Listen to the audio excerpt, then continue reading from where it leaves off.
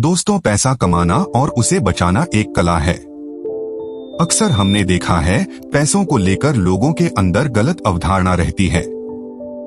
जब उनके पास ज्यादा पैसा रहता है तो पैसे के प्रति उनके खराब बिहेवियर के कारण वह उसे गवा देते हैं। जैसे कि अमीर होने का शो ऑफ करना, फालतू में गैर जिम्मेदाराना तरीके से पैसा खर्च करना, और इसका नतीजा यह निकलता है कि एक दिन ऐसे लोग बैंक करप्ट यानी कंगाल हो जाते हैं। इसका मुख्य रीजन यह है कि ऐसे लोग पैसे की वैल्यू को नहीं समझते और वह अपने पैसे को खो देते हैं। वैसे तो अमीर बनने के अनेक रास्ते हैं, लेकिन अपनी अमीरी को बरकरार रखने के लिए एक ही उपाय है कि हमें पैसे की वैल्यू को समझना चाहिए। तो चलिए दोस्तों, आज के इस the psychology of money book summary इन हिंदी को समझते हैं, जिसे मॉर्गन हाउसल ने लिखा है। मॉर्गन हाउसल एक बेहतरीन लेखक के साथ स्टॉक मार्केट इन्वेस्टर भी है। यह बुक हमें केवल साइकोलॉजी ऑफ मनी को नहीं बताती, बल्कि ये हमें और भी कई लेसन सिखाती है, जैसे कि पैसा कैसे जोड़ना सीखे, अमीर बनने के लिए माइंडसेट क्या होना चाहिए। नंबर 1, पैसे बर्बाद मत करो, डोंट वेस्ट मनी। चलिए इसे हम एक कहानी के माध्यम से समझते हैं।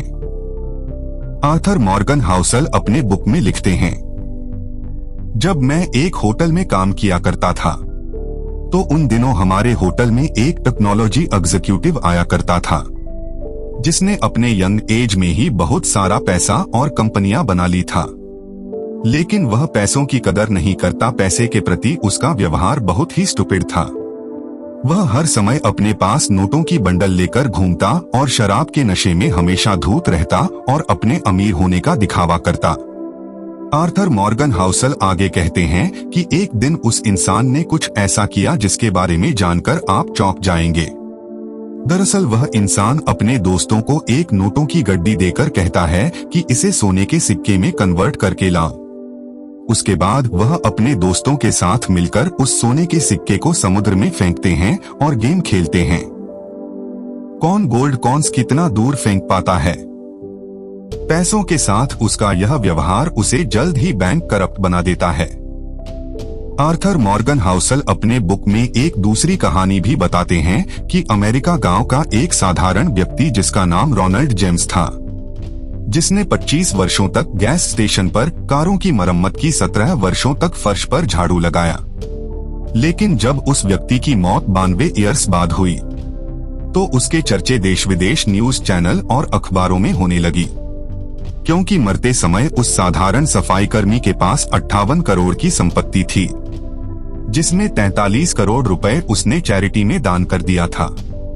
बाकी के 15 करोड़ रुपए अपने सौतेले बच्चों के लिए छोड़ गया था। आखिर उसके पास इतना पैसा आया कहां से, इसके बारे में पता किया गया तो पता चला कि वह ब्लू चिप फंड में पैसे लगाया करता था और कंपाउंडिंग के पावर से उसका छोटा सा इन्वेस्टमेंट इतना बड़ा नेटवर्थ बन गया। अब आर्थर मॉर्गन हाउसल उस टेक्नोलॉजी एग्जीक्यूटिव और एक साधारण से सफाई कर्मी के पैसे के प्रति बिहेवियर को कंपेयर करते हैं और कहते हैं कि पैसों को अर्न करना या उसे सेव करने के लिए किसी टेक्निकल नॉलेज की जरूरत नहीं है, बल्कि यह इसके ऊपर डिपेंड करता है कि आप पैसे को कैसे खर्च करते हैं। पैसे के प्रति आपका रवैया क्या है। पैसा कमाना एक स्किल है जिसे कोई भी इंसान सीखकर फाइनेंशियल सक्सेस पा सकता है। जहां एक टेक्नोलॉजी एग्जीक्यूटिव वेल एजुकेटेड होने के बावजूद बैंक करप्ट हो गया, वही एक सफाई कर्मचारी जो बिना पढ़े लिखे होने के बावजूद पैसे के प्रति बिहेवियर को अच्छा रखता है, ब्लू चिप स्टॉक में इन्वेस्ट करता है और एक दिन करोड़पति बन जाता है। नंबर 2, कोई भी मूर्ख नहीं है, no one is crazy. Arthur अपने नेक्स्ट लेसन में कहते हैं, बहुत से लोग अपने पैसों के साथ मूर्खतापूर्ण व्यवहार करते हैं, हालांकि वे लोग मूर्ख नहीं हैं। असल में आज की पीढ़ियां फिल्म देखने, लॉटरी का टिकट खरीदने और गेम खेलने के पीछे अपने पैसों का ज्यादातर हिस्सा खर्च कर देते हैं। यह काम ज्यादातर वही लोग करते हैं जो गरीब होते हैं, जो इमरजेंसी में 20 या 25 हजार रुपए भी अरेंज नहीं कर सकते। क्या ऐसे लोगों का लॉटरी टिकट खरीदने का कोई सेंस बनता है? ऐसे लोगों को उन पैसों को इमरजेंसी नीड के लिए बचाकर रखना चाहिए, जो कि वह लोग नहीं करते। उन लोगों का कहना है कि पैसा सेविंग करना हम लोग के लिए पॉसिबल नहीं है, क्योंकि हम जितना कमाते हैं उससे कहीं ज्यादा रुपए खर्च हो जाते हैं। हमारे पास सेविंग की पॉसिबिलिटी ही नहीं है। ऐसे में बड़ी गाड़ियों और बड़े घरों के बारे में सोचना, बड़े स्कूलों में अपने बच्चों का एडमिशन कराना, ये सब हमारे पहुंच से बाहर है। इन्हीं सपनों को पूरा करने के लिए हम लॉटरी टिकट को खरीदते हैं। आपको यह बात मूर्खतापूर्ण लगेगी, क्योंकि जिस चीज को कोई पाना चाहता है वही चीज आपको बहुत ही आसानी से मिल जाती है, लेकिन आप उसकी कदर नहीं करते, जो किसी दूसरे व्यक्ति के लिए सपना है। आर्थर मॉर्गन हाउसल इस कहानी के जरिए लोगों को यह संदेश देना चाहते हैं कि चाहे वह व्यक्ति गरीब हो या मिडिल क्लास से बिलोंग करता हो या बहुत अमीर हो, वह अपने फाइनेंशियल रिलेटेड फैसले एक्सेल शीट का एनालिसिस करके नहीं लेता, बल्कि वह अपने फैसले परिस्थितियों और भावनाओं से प्रभावित होकर लेता है।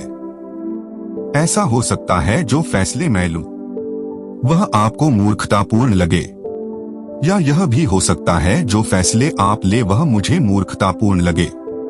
लेकिन हमारी फाइनेंशियल सक्सेस या ग्रोथ इस बात पर डिपेंड करती है कि हम परिस्थितियों और भावनाओं के ऊपर नियंत्रण रखते हुए अपने पैसे को किस तरह से मैनेज या सदुपयोग करते हैं। नंबर 3, भाग्य और जोखिम, लक एंड रिस्क। भाग्य और जोखिम के बारे में आर्थर मॉर्गन हाउसल का कहना है कि भाग्य और जोखिम भाई भाई हैं। ये दोनों वास्तविकता के प्रमाण हैं। जीवन में हर नतीजा व्यक्तिगत प्रयासों और भाग्य पर भी निर्भर करता है, जिससे जोखिम भी जुड़ा होता है। इसे हमें कहानी के माध्यम से समझते हैं, जिसका वर्णन मॉर्गन हाउसल ने अपनी बुक में किया है। वह लिखते हैं कि 1968 में जब बिल गेट्स एक स्कूल में पढ़ने जाते थे, उस समय पूरे वर्ल्ड में 30 करोड़ उनके जैसे स्टूडेंट हाई स्कूल में पढ़ा करते थे। वह जिस लेकसाइड स्कूल में पढ़ा करते थे, फाइनेंशियल मजबूत थी। उनके पास बच्चों को सिखाने के लिए कंप्यूटर भी था। बिल गेट्स उस दौर के लकी स्टूडेंट थे जिन्हें कंप्यूटर सीखने का मौका मिला। ऑन रिकॉर्ड बिल गेट ने एक इवेंट में यह बात कही थी, अगर लेकसाइड स्कूल नहीं होता तो शायद मेरी कंपनी माइक्रोसॉफ्ट भी नहीं होती। इस प्रकार से बिल गेट्स के सक्सेस होने के पीछे बहुत सारे फैक्टर थे, लेकिन उसी में से लक एक था। बिल गेट्स अपने स्कूली दोस्त क्विंट इवंस के बारे में कहते हैं, अगर कैंट ने मेरे साथ ही स्कूल छोड़ दिया होता तो आज वह मेरे कंपनी माइक्रोसॉफ्ट के फाउंडर होते। लेकिन उन्होंने अपनी पढ़ाई जारी रखी और माउंटेन क्लाइंबिंग के दौरान उनकी मौत हो गई। उन्होंने उस जोखिम का सामना किया जो लाखों में से कोई एक व्यक्ति करता है, क्योंकि माउंटेन क्लाइंबिंग करने लाखों लोग जाते हैं, लेकिन उनमें से मरता कोई एक ही है। इस प्रकार से लेखक मॉर्गन हाउसल भाग्य और जोखिम को समझाते हैं, जिसका मतलब यह हुआ कि बिल गेट्स के सफलता के पीछे उनके भाग्य का हाथ है। हालांकि सफलता मिलने के पीछे भाग्य के अलावा और भी कई फैक्टर होते हैं, जैसे कि एफर्ट्स, हार्ड वर्किंग, डिसीजन, सही मार्गदर्शन पर काम करना इत्यादि। नंबर 4, कभी भी पर्याप्त नहीं है, never enough. Psychology of money के बारे में समझाने के लिए लेखक कोलकाता में जन्मे रजत गुप्ता का उदाहरण देते हैं और बताते हैं कि रजत अनाथ होने के बावजूद 40 साल की उम्र में प्रेस्टिजियस कंसल्टिंग फर्म मैकिन्सी के सीईओ बने थे। उनके पास 2008 के दौरान कुल $100 मिलियन थे, जिसे वह चाहते तो बैंक में रखकर इंटरेस्ट इनकम के जरिए बिना कुछ किए बैठे ही 2 घंटे में 1,000,000 रुपए कमा सकते थे। लेकिन वह इतने पैसों से संतुष्ट नहीं थे। वह करोड़पति से अरबपति बनना चाहते थे। उस वक्त वह गोल्डमन सैक्स इन्वेस्टमेंट बैंकिंग कंपनी के डायरेक्टर थे। उनके पास इतना पैसा रहने के बावजूद वह लालच में आ गए और ऐसा काम कर दिया जिससे वर्षों का बना बनाया रेपुटेशन मिट्टी में मिल गई। वह बोर्ड मीटिंग में मिले सीक्रेट जानकारियों को फाइनेंशियल प्रॉफिट के लिए बेच दिया करते थे। इंसाइडर ट्रेडिंग के गुनाह में उन्हें दोषी करार देकर जेल में डाल दिया गया। रजत गुप्ता के एग्जाम्पल से लेखक समझाना चाहते हैं। ऐसे बहुत लोग हैं जो अपनी फाइनेंशियल गोल को अचीव कर लेने के बाद भी दूसरा फाइनेंशियल गोल अचीव करना चाहते हैं। ऐसे लोग रुकते ही नहीं है, एक फाइनेंशियल गोल पूरा होने के बाद दूसरे गोल को पूरा करने के लालच में लग जाते हैं। लेकिन ऐसा ना करके पैसे से ज्यादा अपने परिवार एवं सुख शांति को महत्व दें, क्योंकि ज्यादा पैसों का लालच आपके दिमाग की शांति को भंग कर सकता है। इन सभी के अलावा दूसरे व्यक्ति के फाइनेंशियल ग्रोथ से अपनी ग्रोथ की तुलना कभी ना करें। जैसे कि मेरे दोस्त के पास रेंज रोवर है, ऑडी है, तो मेरे पास भी होना चाहिए। ऐसी सोच को अपने दिमाग से निकाल देना ही ठीक है। Number 5, money compounding. The psychology of money compounding के विषय में लेखक का कहना है कि वॉरेन बफेट जब बच्चे थे तभी से स्टॉक मार्केट में इन्वेस्ट करते थे। आज के समय उनकी नेट वर्थ $86.5 बिलियन है। इसमें से उन्होंने $81.5 बिलियन रिटायरमेंट यानी 60 वर्ष की उम्र में इकट्ठा की है। इसमें कोई संदेह नहीं है, आज के समय में वॉरेन बफेट अद्भुत इन्वेस्टर है।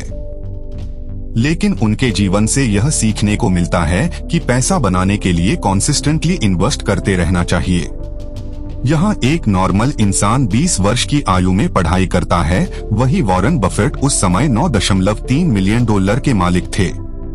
इस उदाहरण को देखकर यह कहा जा सकता है कि वॉरेन बफेट के कामयाबी का सबसे बड़ा रीजन छोटी उम्र से ही इन्वेस्टमेंट करना है, जिसे उन्होंने रिटायरमेंट की उम्र तक कंटिन्यू चालू रखा। नंबर 6, अमीर बनना वीएस अमीर बने रहना, getting rich vs staying rich. Arthur Morgan Housel अमीर बनना या कंटिन्यू अमीर बने रहना के विषय में उनका कहना है कि अमीर बनना बहुत आसान है, लेकिन हमेशा अमीर बने रहना इतना आसान नहीं है, क्योंकि ज्यादातर लोग बिजनेस स्टार्ट के बाद कुछ दिनों में फेल हो जाते हैं। ऐसे बहुत सारे सेलिब्रिटी है जिन्होंने फाइनेंशियल ग्रोथ किया, लेकिन समय बीतने के बाद ही ब्रोक हो गए। वह अपनी अमीरियत बरकरार नहीं रख सके। इसलिए अपने career, business field, stock market, investing के क्षेत्र में सक्सेस पाने के लिए सबसे ज्यादा जरूरी यह है कि हम लंबे समय तक सरवाइव कर सके। इसे आप समझने के लिए वॉरेन बफेट का उदाहरण लिया जा सकता है।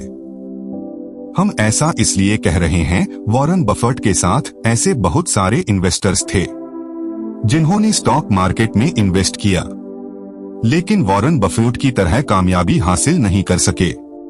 इसका मुख्य कारण यह रहा कि वह लंबे समय तक स्टॉक मार्केट में सरवाइव नहीं कर सके, जिसकी वजह से वह लोग फेल हो गए।